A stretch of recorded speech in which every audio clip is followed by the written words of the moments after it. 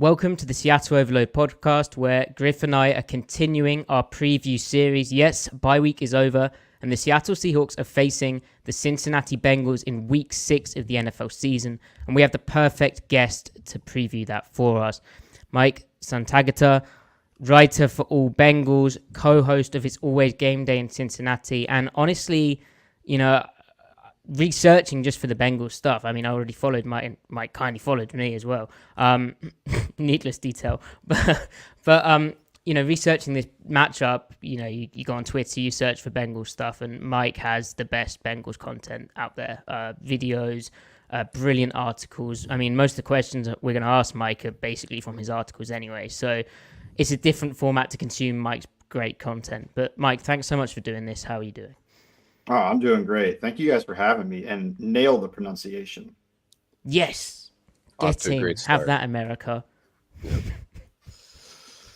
It's close to Italy type thing, you're the closest, so. Exactly. We're European. There you go. There we go. Perfect. Griff. Yes. How excited are you to have Mike on the show? I'm very excited. Well, to echo what Maddie said, it's not just good Bengals content; it's good football content in general. You can learn a lot just from his work, from Mike's work. And if you're a Seahawks fan listening to this, which most of our audience is for obvious reasons, you can apply a lot of what he writes to what you watch on Sundays, and as you engage with the sport throughout the week and everything, and even helps understanding what we talk about a lot. Like it's great. It's great work in general. So. There you go. I appreciate that. Praise. Praise. Two ball knowers letting me know that, I'm not full imposter. No, you're a ball knower. Yeah, we can all be high and mighty and pat ourselves on the back and be like, yes, we all know ball. Haha. There you go. Certification process and everything. So, Mike, are you a fan of the Bengals? And if so, how did that happen? I'm glad it's not too obvious, but yeah. There's the Chad Johnson. There's actually a signed even the picture. Earphones. Yeah, well, that's actually an accident. But there's actually one of those is a signed picture of John Ross with his first career touchdown. If you want to know what I thought was going to happen with him. Well, hey, a lot of Seahawks fans probably would have joined you in that because most of us are, or many of us are Husky fans, UW Husky fans. So, yeah. Yeah. Funny story with the Bengals. I mean, I grew up in kind of northeast, in between Pittsburgh, Cleveland area. It's really 50-50 split there. Mm-hmm. My mom went to Ohio State in Columbus. My dad was just a Browns fan, but my mom went to Ohio State, and then she ended up being a manager of a McDonald's in the Cincinnati area. Yeah. And then Boomer Esiason went through the drive-thru, and she became a Bengals fan after that. And then, I mean, you guys were around the early 2000s. What was my choice here? Right, exactly. Yeah. So that's very serendipitous. It's funny how that works out. Did Boomer get a massive order? I think it was normal because she has never actually brought up the order, but she did say she didn't know that was Boomer Esiason. And then one of the workers came up to her and was like, "You know who that was?" I was like, "That was Boomer Esiason." It was like the 80s, so that was cool, Boomer. Yeah. So then when do you remember when the Bengals drafted Carson Palmer and everything? Do you remember your feeling around that time? Very vaguely. I remember Andy Dalton much more specifically because for sure. I was 15 and mad that they didn't draft Ryan Mallett because I thought he had the cannon. Right. Yeah. Yeah. For sure. I mean, he did have a cannon. Yeah. Oh yeah. No, he could still throw true. the thing. Ball knower. Yeah. Yeah, well, we love Carson too because obviously it helps our Pete Carroll quarterback factory narrative. Now, from afar, what is your impression of the Seattle Seahawks in general as a Bengals watcher who's probably only dived into Seattle really for this week? What do you think to them? I think they're sound. I mean, it just feels like a well-coached unit on both sides to me. I don't know. The offense just feels like you've got a smart, capable quarterback, good receivers, doing all the 12 personnel, get teams in base type of thing, and run the ball well. I mean, I like Zach Charbonnet a lot coming out. I love those big backs that can get what you give them. And weirdly, I have affinity for Damian Lewis, who's not going to play, but I just like the way he plays, strong, powerful. makes mistakes here and there, but I can look past that as not a fan of the team that worried about it. And then I watched Ben Brown 2 years ago because he was a restricted free agent, and I was like, Oh, really? Yeah, play a tiny bit. And then went to Seattle. I was like, I don't know, maybe seems like he's doing okay starting. I haven't watched too much of the offense though. Yeah, he's received like bits and pieces, not that many snaps, but you didn't notice him when he was in there, so it's like Ben Brown actually came from the Bengals. I meant Evan Brown. Evan Brown. Too many okay, Browns. right. Yeah, Evan yeah. Brown's. I mean, Griff can speak to that, but Evan Brown's been amazing, right, Griff? Yeah, he's been a huge pickup. Seattle's had a conundrum at center for a long time, so they finally kind of found their guy. So it's pretty cool that he has been able to stick. He's been a good player for them for sure. There you go. So, in terms of Cincinnati, Mike, it looked like about 2 weeks ago, Seattle, when their schedule was released, this was a game where you're like, oof, that's going to be tough. And then it suddenly looked a bit easier. And now, after that Arizona victory and the way that Joe Burrow played, seems like Cincinnati, for the second year running, had a slow start, which is now over. Is that the right read? Is that how you feel? Yeah, third year, really, because third year, right.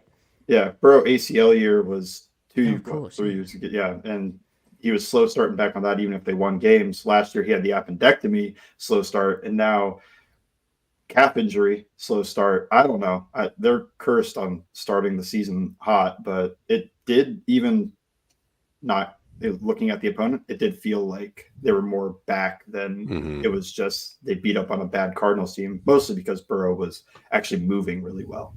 Right. And it does seem like even though the Cardinals, I think we can all agree are bad, there's a degree of competence there that I don't think, at least a level of competence in the preseason, we didn't think they would meet. So, I mean, and Joe looked amazing. So, I mean, he was making every throw. I mean, the ball was coming out of his hand really hot too. And then obviously that deep ball to Chase it's like, okay, yeah, he's back. So, I mean, if I was a Bengals fan, I'm sure you feel the same way. Like any given week, you've got a good chance of winning, regardless of what your record is at this point. The Bengals are in every game now from here on out is how I view them from afar. So yeah, it definitely seems like Joe and the Bengals are back in general. Yeah. So in terms of Burrow, you would say he's got full movement now, or is it still a bit patchy? I know it's hard you're not Joe Burrow. It would be nice to be Joe Burrow, but is he moving around the pocket a bit gingerly still, or was Arizona a case of you're like, oh my gosh, he's fine? Like he's clearly been doing the right rehab and it's all good. Yeah, it felt like he was fine. And when it felt back was actually a sack he took, but he escaped one guy, jumped over another outstretched arm tackle, turned around and got clobbered. But it was like, okay, he kind of feels back. He had a scramble in the game. He looked pretty quick. It was just weird because the Titans game 2 weeks ago, he didn't look back at all. He just dumping the ball off, kind of being statue back there, a shell of himself. And then this game, he just looks fully back. But that's sometimes how injuries go, I guess. Yeah, it's going to be really interesting for Seattle because obviously the team they've recently faced was Daniel Jones, who, he will like to run from a pocket, but he doesn't have that kind of Joe Burrow ability to improvise on the move and somehow frustratingly extend the play into an amazing pass. Daniel Jones is scrambling out of the pocket and you don't really know what he's actually going to throw to. He often in that game, he didn't throw to anyone. He ended up just like shot putting it out of bounds desperately while getting hit out of bounds. Burrow's the complete opposite, and so the fact that is back, I think for Seattle is a challenge they won't have faced, along with him being a really good player from the pocket, right? Yeah. I mean, even when he was, I think people that looked at stats were really concerned about like the pressure to sack thing. It always felt like he knew what was happening, though. He didn't feel oblivious to it. He just overrated his own escapability at times and think like, oh, I'll just get out of this and then go make a play and he'd get brought down. It wasn't like he got surprised by the hit. So it feels like he's kind of learning to reel that back in a little bit, which is true of a lot of quarterbacks. Just, you're not Superman, even if you can do a lot of stuff out there. Right. And on that note, like when I think of Joe Burrow, the first thing I think of, he'll kill you from the pocket. But then his athleticism is truly underrated. And obviously, as you know, he can extend. as a scrambler, when he does scramble, how do you characterize him as a scrambler? Is he taking off when he shouldn't and it still works out, or is he exhausting the progression? Then he's taking off, is pressure killing the play, and then he's like, all right, I got to get out of here and make something happen. How do you how would you characterize his scrambling behavior? More often than not, it's after reading it out, or at least seeing like somebody ran 2-man and left both A gaps open and didn't care at all about this type of thing. It doesn't feel like bad process on the scramble for the most part. I mean, every now and then something happens and whatever, but for the most part, yeah, I think he's a good scrambler when he uses it. He doesn't actually scramble super often, more so wants to extend and work down the field, but he will scramble on occasion, just like he did last week. Sure. And I think that's the most effective scramblers are the ones that are doing it decisively and are doing it after they've exhausted, or like doing it when you should really. Like some guys still perform well on throws outside of the pocket, or like pirouetting in the pocket, resetting, and it's just kind of chaos ball and it works in the aggregate. But the best scramblers to me always seem like they're the ones that are doing it decisively and only when they really need to. It's better to underdo it than overdo it. And I think he definitely falls into that category of doing it just the right amount and doing it well when he does it too. So, I mean, he's a lot to handle, because you've got a defense has to defend structure to the full extent with him. And then they have to be able to basically defend a broken play as well. So yeah. And I mean, and he can just get you with his legs too. He'll take off downfield, as you said. When there are opportunities too, he can be opportunistic in that way. So, yeah, I mean, he's a load to handle. Very willing to also check to QB draw, which I like. Yes, and like that makes sense, right? Because he kills out of empty, right? Mm-hmm. Yeah, you just think back at it. Yeah.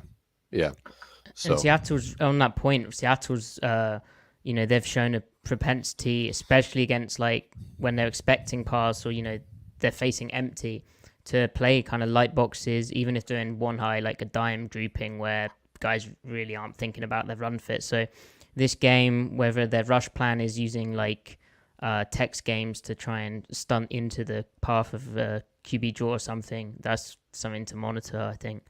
Now, Jamar Chase is obviously the big attraction for this offense, and that's kind of bad for the other two receivers because Chase is so damn good, but the other two can play. But Chase went off last week, 15 catches, 192 yards, 3 receiving touchdowns. Now it's already being built up because Metcalf, unprompted, I think he was just trying to big up his rookie nickel cornerback, Devin Witherspoon, but he said, I think Spoon will get the best of him. Chase retweeted that, then responded saying, it's like I'm getting killed or you're getting killed. And it doesn't matter basically where a player was drafted, whether they're undrafted or a 5 overall selection like Chase was and Spoon was. I mean, Chase was a massive part of that breakout party, obviously, as the statistics show. What interested me is, just watching Red Zone the last 2 weeks, it seems he's been moved around more in the offense. And I know some of that was acclimatizing toward Burrow, but in how they tried to shape the offense to function with Burrow hurt, now he's healthy. Are they going to kind of keep Chase in that moving around mode? Have they found something permanent there, or did he move around more and it was just an overblown thing? I mean, I think they'll keep moving him around like that. It's a little bit more frequent than I'm used to seeing, but some of that could be the process of T. Higgins was out, although T is typically outside only for the most part. Right. Usually a game plan thing if he goes inside, just a matchup type. But yeah, I would expect him to keep moving around. They've been toying with that backfield thing a lot and middling success. Usually it works in terms of not him running the ball, but maybe setting up a screen or just drawing eyes away from the run or play action or something of that nature. But I they moved him into the number 3 in trips and tried to keep, because that to me, speed at 3, and that's your best receiver at 3. Teams don't always adjust to that. And the Cardinals definitely didn't adjust to that. They had a safety on him multiple times when he got in that situation. So I think part of its game plan, like they put him in there once, they see a safety on him, and they go like, well, we're going to run that again. And if they don't adjust, then they'll keep hammering it. But yeah, I do think they're going to do it a lot going forward, especially not to look too much in the future, but Tyler Boyd's slot only, and he's probably gone after this season. So now you open up an opportunity for Chase he could do whatever he wants because there's not somebody that is basically slot only in that spot. Right. Now. Right. That's really interesting. And the slot matchup for Seattle and how they kind of manage. So Jamal Adams has been playing like as a big nickel. I say playing. He had 9 snaps there, but that's obviously the kind of early down plan against teams who have a run game, and we'll talk about or commitment to a run game, and we'll talk about the Bengals in that aspect too. But then, you have Witherspoon, and if they don't believe the Bengals are that run heavier team, maybe they just live in dime and have Witherspoon go to where Chase is. Although it is always funny to me that it's billed as like a matchup between two players when Seattle plays so much zone coverage, and like I think even against Chase there'll be a bracket going on if they're going to play man anyway. So it's not a one-on-one as much as it's fun for that to be billed like that. But yeah, that speed of 3 thing, Seattle has coverage tools to deal with it, but that's all well and good. They're kind of, whenever they try and get too specific in stuff, they tend to make mistakes, and they've also had issues kind of communicating as a secondary in general, just over even more basic things on paper. So there you go. So is this offensive line, I know it was probably 3 years ago now, like the Bengals offensive line was like not historically bad, but it was like a massive talking point about how it was crap. And now, is it still crap? Because I know they've tried things. Is it still crap? Because you also get, as we're very familiar with, the Russell Wilson kind of thing, chicken and the egg. How much is the quarterback making it look, bad? Burrow's testing of the edge, and then ability to also improvise and break the pocket. But is it bad? I don't think it's bad. I mean, when you look back at the Super Bowl offensive line, I think 4 out of the 5 guys are either not in the league or on practice squads right now. Wow. That really puts it in perspective right there. Yeah, Quentin Spain's out of the league. Trey Hopkins is out of the league. Hakeem Adeniji, he may have just gotten elevated to the Vikings active roster after another tackle injury for them. And I mean, I don't know where Fred Johnson is, but I assume it's not on an active roster right now. So that was bad. That was a real bad offensive line. And we saw what happened in the Super Bowl. Aaron Donald, Von Miller. It was one of the biggest mismatches I've seen. But I don't think it's bad anymore. I think it's kind of around average, although right now I was watching Seattle's defense. Like, oh, they stun a lot. And the Bengals offensive line right now is struggling a bit with those stunts. Even the Cardinals got him twice for sacks on work in the center left guard. So if you can get him into like a 5-0 look and you can work the communication, stress that, especially if there's a weak point, it's the left guard. And if there's a second weak point, it's probably the center. So that feels like a matchup that they just happened last week. And I'm kind of fully expecting Seattle to try that this week. And who knows how that goes. But it just, you don't know how it's going to get better when they're just not communicating or keeping level with each other. Can that change? Yeah, but you don't know when or how that's going to, progression's not linear for the development there. Sure. On that note, I mean, we could talk about protection a little bit, but I am curious though. What do you make of, or rather, what has Jonah Williams' development arc been like? Because I know he's been moved around, right? He just moved for the first time from left to right tackle. Okay. The only surviving member of that Super Bowl offensive line, and he's in a different position. Yeah. So, and how is he handling it at right tackle? He's having one of his best years. So he's kind of around that Alabama, right? Oh yeah, I think Nick Saban was quoted saying he could play all 5. But even though I don't know if he's ever snapped a ball, just intelligence-wise, I guess. Yeah, he's done a good job at right tackle. It felt like the feet, and what I'm worried about is obviously pass setting from the right side is just everything's opposite from the left side. Run blocking, you learn your reach block left, right, whatever. Sure. But your pass set's completely different. And even in the preseason, looked great. And his feet have always been a plus part of him. Now, I mean, he's not the best offensive tackle in the world, but I think he's solid. Yeah. That was my impression too.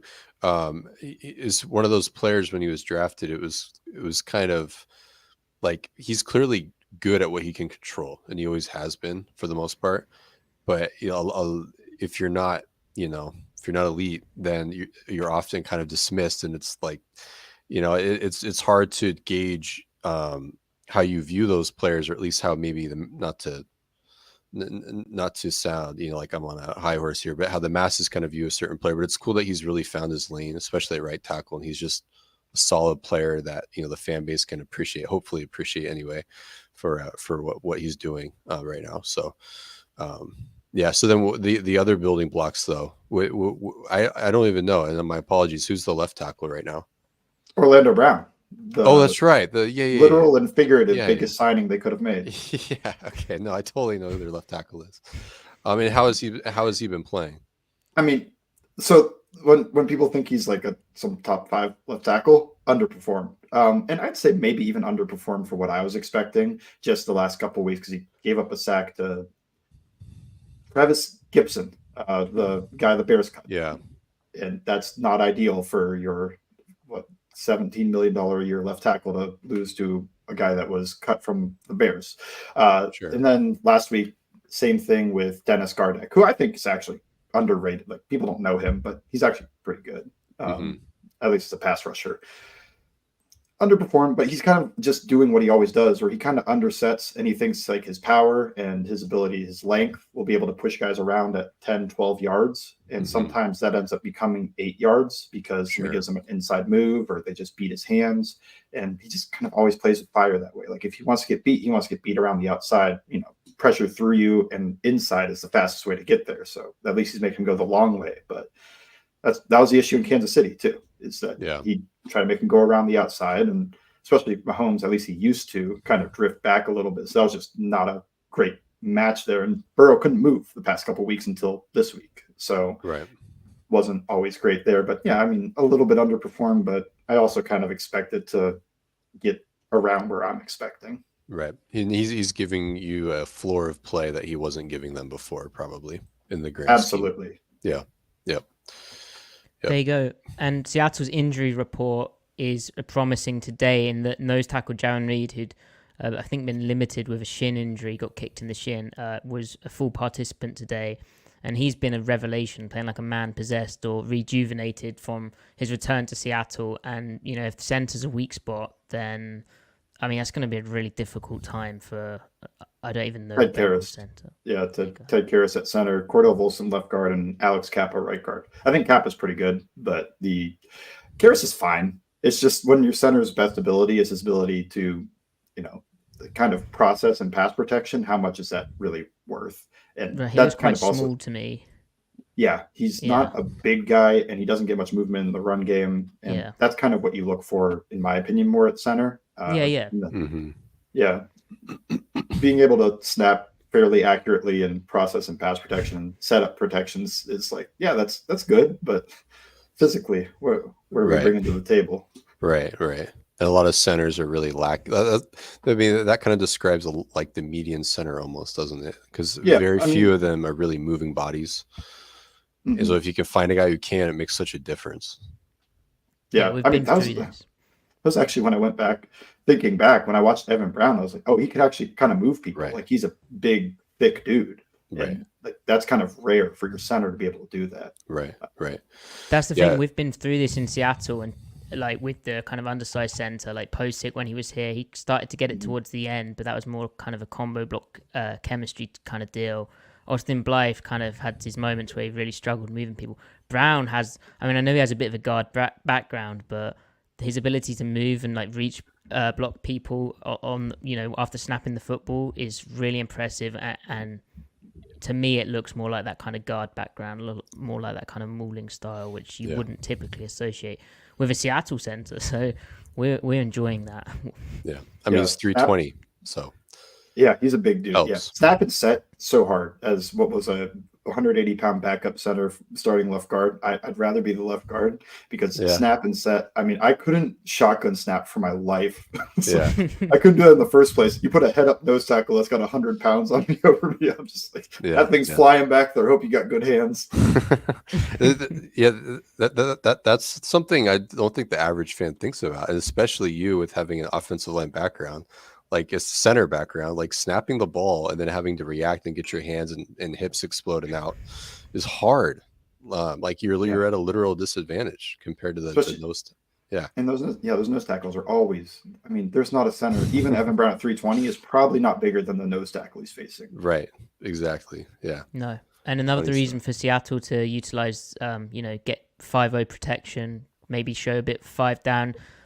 They're largely an even front over team, but in passing situations, maybe they unfurl their kind of 5-0 looks, or you could just double A gap it, mug both A gaps and get 5-0 protection via that, or an overload line. Wanted to ask because I've only watched the Lions game. I think are they typically when they do 3 down stuff? Is it almost always with that shade? Because Cincinnati did something similar when they have both, 2 guys in the Like an B overload gaps. line. Yeah, well, Cincinnati always head up. They played actual bare front from that. Oh, right. So when I was, are they always putting the nose like in a shade, or is that a game plan thing with the Lions? The nose is always in a shade. It is now. It wasn't last year and the years prior. But Okay. when they have nickel bear, which they ran 9 snaps of for the first time this season against the Giants, where the nose is head up. But like every 3-4 other snap, base. the nose will be a 1 tech. Yeah, they're basically a reduced over front right now when they're in 3-4 personnel. So really, it's like what they used to do before they switched to like the bear world, which is one of their ends is standing up in a slightly wider alignment on average now. But that said, like they're barely playing any base, even against 12 personnel. It's really the under center 21 teams where they're like, all right, we'll trot out all 3 big guys out there. It's like now they're a 2-4-5 team, which looks like a 4-2-5, and they're just willing to let the nickel go CTE himself into the B gap when necessary. Whoa, come on, Griff. I mean, relax. I don't think they'll be playing much base against the Bengals anyway. I was just curious. That's what I was going to ask, actually. Yeah, it is an interesting choice because a lot of those teams that have like the 3-4 personnel, like the ones that are choosing to be in true odd space versus more, we're going to be in even space, but we'll close the bubble off when we want, when we don't want. It's interesting to see, like, that's commentary on how they want to handle certain run concepts, right? And then like what they do post snap is also commentary, right? And now it's like they clearly just have a nose 3 side and then like a 4-eye, wide edge side type of thing going on. So, but again, like they're playing so little base, and like you said, for this game, it won't really matter much. But so to your point about like the 5-man protections out of Cincinnati and everything, Seahawks, I mean, they're doing a lot of like the man side of the protection, like opposite the slide. They're really working that, like you said, a lot of twists, a lot of stunts, and then even to the slide side, they're trying to manufacture as many one-on-ones as possible. Like the nose tackle, if he's being slid to, he's working against the grain, trying to get to the backside A gap. Like they're just finding it. Like they're being coached really well this year, I think, and trying to find every angle possible. I think that's in part why Jaron Reed is playing so well. He hasn't played nose tackle in like 3 years. And by nose, he's playing a 1 technique. But I think he's using the culmination of all of his football IQ and understanding blocking schemes, because he has pass rush skill, just not necessarily traits like the lower body explosion is just kind of average. But I think he's using his smarts and his handwork, and then the scheme is taking full advantage of that. I think that's why he's being so productive right now. So I am curious to see how they handle what the protection plan is like. And I think at least Bengals offense, Seahawks defense, I really think the what will win the game for either side is how the protection and pass rush plan from both sides is waged. Really, like if I had to stake it on like one thing, it'd probably be that element. Yeah, and like I said, the overload line where load line where there's 3 guys, the nose shaded, to the 3 tech and the wide edge, or even like a loose 3, like playing like a 5.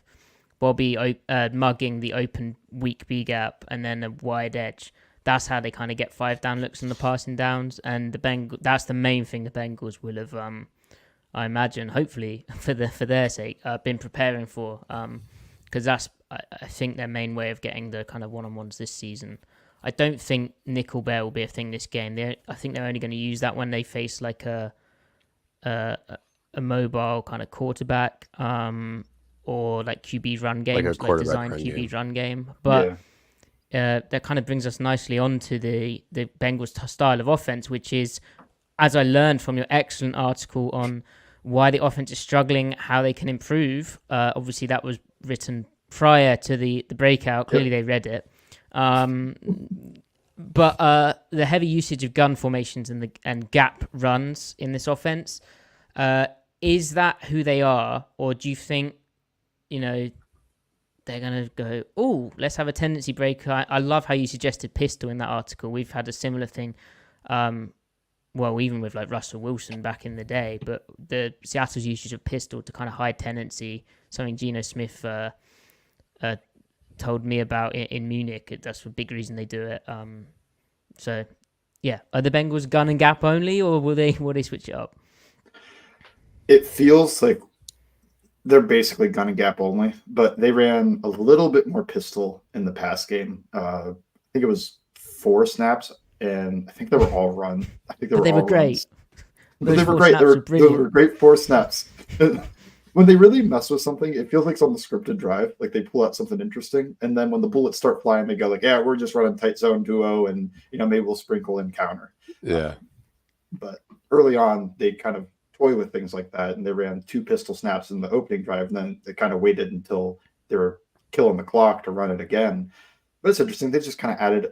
There was like 1 snap a few weeks ago. It's just kind of like it's in, like they've practiced this. So why don't you run it a little bit more to hide your tendencies? And then I remembered that everybody on the staff loves wide zone. So they kept trying it, even though the offensive line just can't do it. Yeah. Do you think eventually they'll play action off of those looks? They did in the Rams game for their first ever this season. Their first explosive pass to Jamar Chase was a pistol look. They faked the toss, ran around, and threw a deep corner to him. So, yeah, they should play action off of it more. That was actually also part of the article idea. Just I know Burrow's not comfortable with it. Just have your back turned and actually hard fake instead of these, gun fakes. Right. Because Zach Taylor is obviously years removed from his time with Sean McVay now, that whole Shanahan-McVay world. But obviously one of the major divergences one of the major divergences he's made from that period is that they don't use a lot of under center, right? As you are kind of talking about. So it seems like pistol could be a way to kind of dive into some of those under center concepts, which can be so effective. Mm-hmm. The run game and the pass game. But is that just Joe Burrow?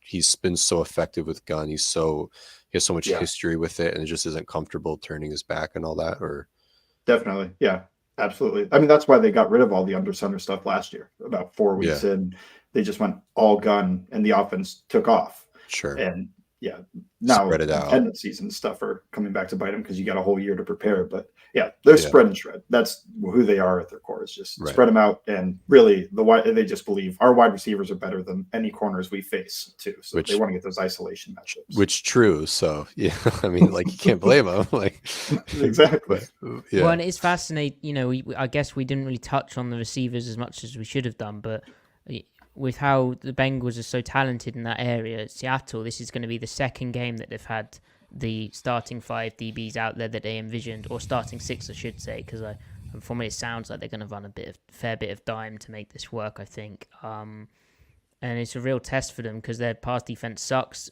statistically, especially on third downs. They've been really, really poor. And, it's a real good measuring stick for, can Seattle be for real, or are they just going to get worked? I know we're looking forward to that. And in terms of the run game, the fact that it's gun and it's gap and it's duo, like we were saying in the preseason and even parts of the regular season, how Seattle, what they're doing is they're kind of attacking basic formation tendencies, and the way that their fronts are designed to stop the run is kind of adjusting off formation, but well-run duo from the shotgun is, I think, pretty difficult for how Seattle is structured, because usually they're getting under center duo to like a pair tight end look or 13, and they'll get into a better look for that. Is this from like 11 personnel? Yeah, most of the time. I mean, they're almost always in 11 personnel. I mean, that's a huge test, and I love that little shot they did to Chase. I think you may have been referencing it, I might have misheard. The shot to Chase where they got the quarter side of the coverage to bite down on some cheese, and then Burrow's doing an elongated play fake in the backfield. It wasn't off due, I don't think, but then pinging the over route, running away from the half safety on the cover 2 side, and the linebackers are sucked up enough. Like that was really difficult. Seattle hasn't seen stuff like that. So yeah. That's one thing they definitely did kind of add in, and it makes you feel good about the quarterback's health, is they actually added real downfield shots off the play action instead of just little things like, okay, you feel confident that he can actually drive off of that back leg and throw the ball and not just, run something just, like bubble reads off, like post snap, or actually those are pre-snap. They do a lot of access RPOs too. So that's how Chase ends up with so many targets. There you go. Now, the issues versus cover 2, lastly on the offense, I remember when I was doing a video last year for Underdog Fantasy on how they were struggling against cover 2, but then that kind of gets mixed in with they were struggling in general. But they kind of found a formula for that. Is that right? And then have those same issues look bad against cover 2, or is it just them being bad again this year? Like, is cover 2 a specific weakness, or is that all just kind of mixed into it? Because the reason I asked that really is the Seahawks don't run pure cover 2 unless they're pressuring. They don't really do it. Yeah, I thought they figured it out last year, and really the issue was the year before and heading into last year. Like I mentioned, they love isolation stuff, and cover 2 kind of takes that away, especially on the outside. You're not isolated, and a lot of times, Jamar Chase gets the 6 look where 6 or 9 doesn't matter. They're going to half his side just so you have that zone bracket on him. But they kind of figured it out. I felt like I was going insane because they never ran like high lows until week 6, I think. They just kept trying to slam their head against the wall against cover 2. It was like, you weren't expecting this? And then that's what they start running all this stuff. I know. It felt like I was going, like, I went on a podcast. I was like, yeah, I really want them to run like a drive concept. It's like, everybody runs a drive concept. Yeah. Which is also surprising, just considering what did Joe Burrow do at LSU? Like, yeah, exactly, hitting in breakers all day long against too high structure, even if it's they had dagger, like that was their only cover 2 answer, and then teams started cheating the dagger by just like maybe you roll it and you have a safety come take that pole runner type spot. Now you can't throw the deep in. What are you going to do? And for a while they didn't have an answer. Right.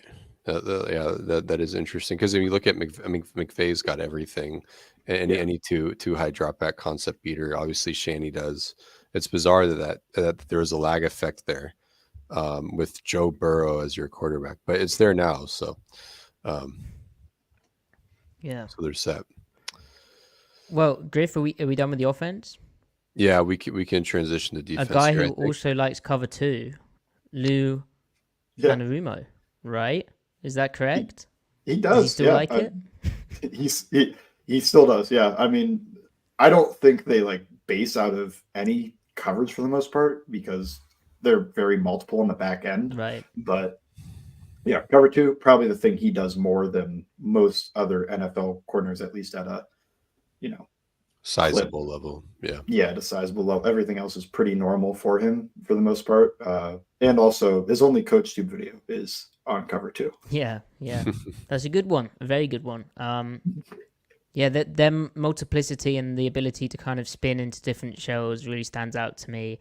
And their lack of fear of like sending the nickel off the edge and dropping the backside edge, 4-man rush, but like a creeper or replacement fire zone sort of thing. They do some interesting things, which I think like Seattle's issue last year was one of their issues was when they went spread out, they struggled when teams would send slot pressure. And so I'm interested to see how that works. Now, in terms of that Bengals defensive scheme, it's in terms of the performance, they've kind of regressed statistically, right? Like in terms of 19th in success rate, 18th in EPA per play, 28th in rush EPA per play, and 20th in rush success rate.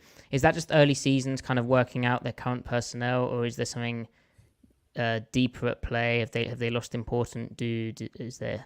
Yeah, I know Jesse Bates left. Yeah, they lost Von Bell too, and I mean, if you want to try to say Eli Apple is the reason, he also left. Trey Flowers. Yeah, Trey Flowers, the tight end stopper. He was really good in the AFC Championship game that sent him to the Super Bowl. So I'll always have a spot for him. There you He go. owns Travis Kelce. Yeah, they were doing everything with Travis Kelce, but he was the guy that was kind of manned on him after he got jammed in with help over the top. But he was there, and he did a good job. He was there. He did a good job too. But yeah, I don't think it's too much of a personnel issue. I mean, I was a Nick Scott, at least within the Bengals community. I was like one of the only people that actually thought Nick Scott could play. I was like, yeah, he's fine, but he's just missing so many tackles that it gets to the point where your safety's missing a tackle, and that changes from like, oh, good, that was only a 10-yard run, into that running back is now 30 yards downfield and everybody's chasing him. So he actually he's going to be rotating with third-round rookie Jordan Battle, and I think most of that comes from Jordan Battle. Even if he's not as rangy, he's a sure tackler, and I mean that's important in this game when you look at Kenneth Walker and an explosive play waiting to happen. I think a lot of it is really in the past game. It's two new safeties. They've had kind of some alignment and assignment issues where they're not playing to their leverage because Chidobe Awuzie doesn't play in the slot. Usually he gets put in there. Nelson Aguilar cooks him because he's supposed to be playing outside leverage. He's playing inside. They've had some weird matchups in the slot in general. Slot fade has killed them for, I think, 2 touchdowns so far this year. But when it comes to the run game, a lot of that seems to be tackling, which I don't know if that gets fixed, even though it's a lot of the same guys. And I've usually thought this team is a pretty good tackling team. Mm-hmm. And the other part is backside contain. That feels like almost every explosive run seems to come from the backside end, not keeping contain and just letting him go right through the C gap and down the field. James Conner just did it. Elijah Moore had a crazy one week 1 where he went like 10 yards in the backfield and nobody was even there to try to stop him because he's just following down the line. Yeah. It seems like a lot of it is just, again, that nebulous term, things in your control or under your control, that they're shooting themselves in the foot, self-inflicted injuries, etc. It does seem like they're not playing to their potential. Is that fair to say? Absolutely. Yeah. They could and should be better than this. Yeah, I think that's the big one to me. Is just, it's not a personnel thing. I mean, there's a couple guys that just get their butts kicked in the run game, but they don't start for the most part.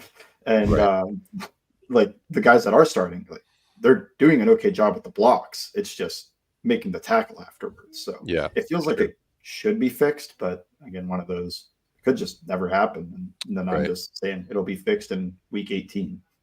Yeah. Right. So in terms of those guys, is Trey Hendrickson the most underrated defensive player? I know Pete Carroll's hyping up his speed, and he's always seems to be causing problems on like highlights on when you're watching on the broadcast. He's everywhere. I mean, I think it's a pass rusher for sure. I think he leaves something to be desired as a run defender. He'll make some splash plays, but he'll also, David Njoku took care of him in the run game, and I want my star edge to be able to take care of tight ends instead. Sure, yeah. But yeah, as a pass rusher, he's awesome. I mean, he just got DJ Humphries for 2.5 sacks, and I think Humphries is he has solid. 6 sacks already. Yeah, and 3 sacks wiped away from penalties that he didn't do.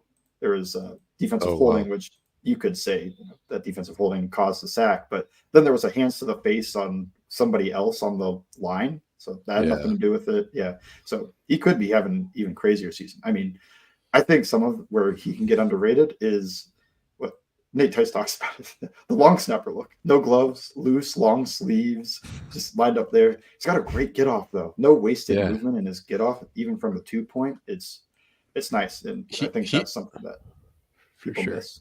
He has an insane trait profile for a pass rusher. I mean, he looks taller than 6'4", but his agility and the ability to reduce at his like height and length is crazy. I don't know how he does it, man. He was probably underrated when he was with the Saints.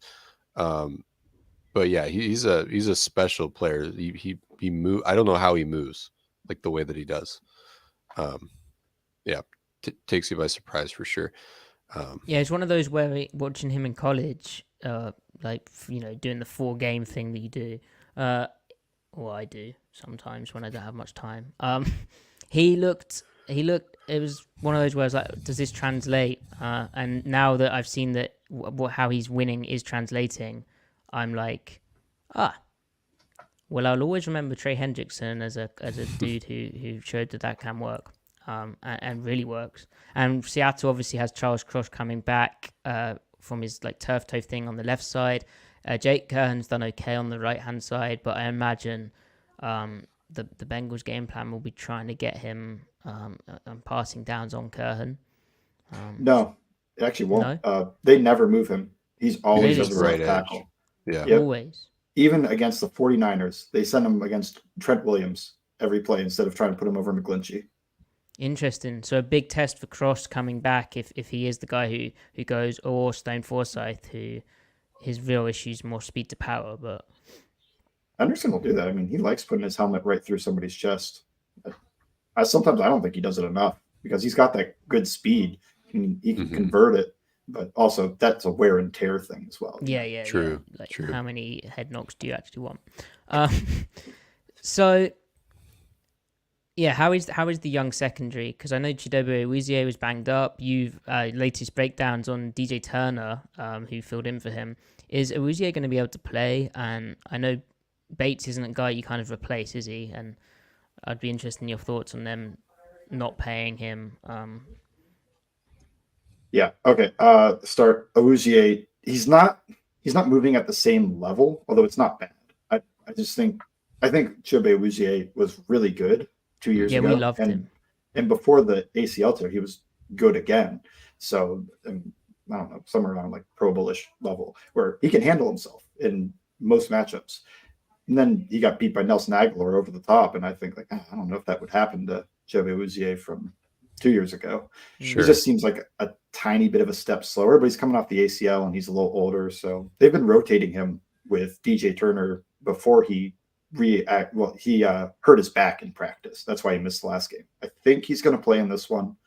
And that means, it could be a rotation for DJ Turner, even though he had a great first start. It probably seems like he's probably not going to start. He's going to be the fourth corner and rotate in once in a while, play some dime. I think that in general, Cam Taylor-Britt, he's fine. He's a big physical corner. Comped him to Trey Wayne's coming out, just big physical. Sometimes with the catch point and whatnot, he's a little stiff, but, it's a useful player. And then the safeties, I wanted to pay Jesse Bates. I wanted to pay Jesse Bates like 3 years ago when safeties seemed like they weren't being paid enough money. It's like, you can get an all-pro for $15 million or something before Minka Fitzpatrick ruined it. Well, made it better actually for everybody, but not for the Bengals specifically. He's awesome. I just thought his ability to process and read the field was kind of special, at least from what I see. They have Nick Scott kind of doing his job, which, single high type stuff. They like using Dax Hill more as the chess piece to move around, play man on a tight end, play vision on the quarterback and underneath. But they have been dabbling more with Dax Hill deep now because I think they're trying to make a transition at some point this year to Jordan Battle starting opposite of him. And Battle just doesn't have the range of Scott. So I think they're doing all right. It's usually not something that I feel is going to be, when they give up stuff in the pass game, it doesn't feel like something that's going to be happening to them all year. It feels like they miscommunicate or they miss an assignment or just something that should get cleared up over time. When you lose both safeties, there's just so much communication in the secondary that it takes a while for those guys to really gel together, especially the Bengals are coming off 2 straight years of having everybody work the same exact secondary and being in the system. That makes sense. That secondary communication, something, again, covering Seattle, watching Seattle, we've experienced similar deals going on over the years. Now, go ahead. No, go on, Griff. I was going to say continuity is important at any position group. Like that can't be understated, probably. Yeah. Now, in terms of Mano Wargs in the chat, great point.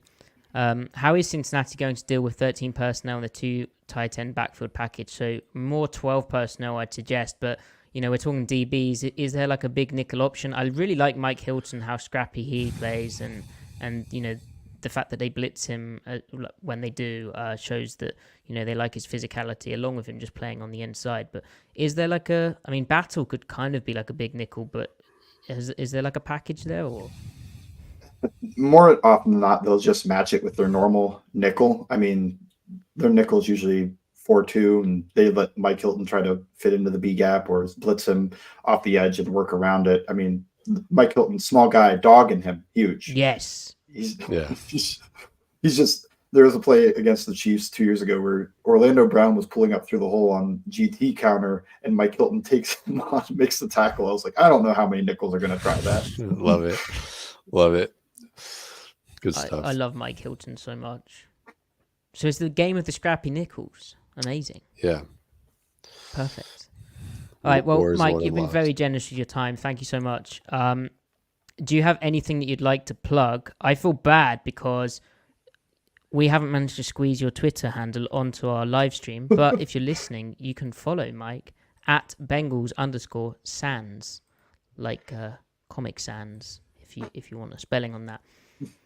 Yeah, Mike isn't comic. He's very serious and with excellent Bengals takes. So there you go. Yeah, I mean, it's always Game Day in Cincinnati, my podcast, and All Bengals, Sports Illustrated. But really, just follow the Twitter account, and you'll probably find all that. Yeah, I mean, I was just looking at the videos you've tweeted over the weeks and days. Too many. There you go. Oh, thank you. Yeah, there you go. So, thank you very much, Mike. Griff, are you going to thank Mike, or are you just going to be rude? Mike, thank you very much. Thank you very much. We appreciate it. And I'm thanking you more politely than Maddie is, for the record. True. And more American as well. Check out Mike's stuff. Read it. Watch it. Yeah. Listen to it. Learn from it. All right, guys. Like the video, comment, subscribe. If you're listening, 5-star review, please. Follow Griff at CMikeSpinMove. Follow me at Matty F. Brown. Follow the podcast at Seattle Overload. We'll be back on Sunday with a recap of the Seahawks game. We'll probably do it a bit later, even though it's a 10 a.m. start for most of you, because we would like to watch the afternoon slate, and I'm sure you guys would too. Thank you very much. Have a good rest of your day, evening, night, morning, whatever. Goodbye.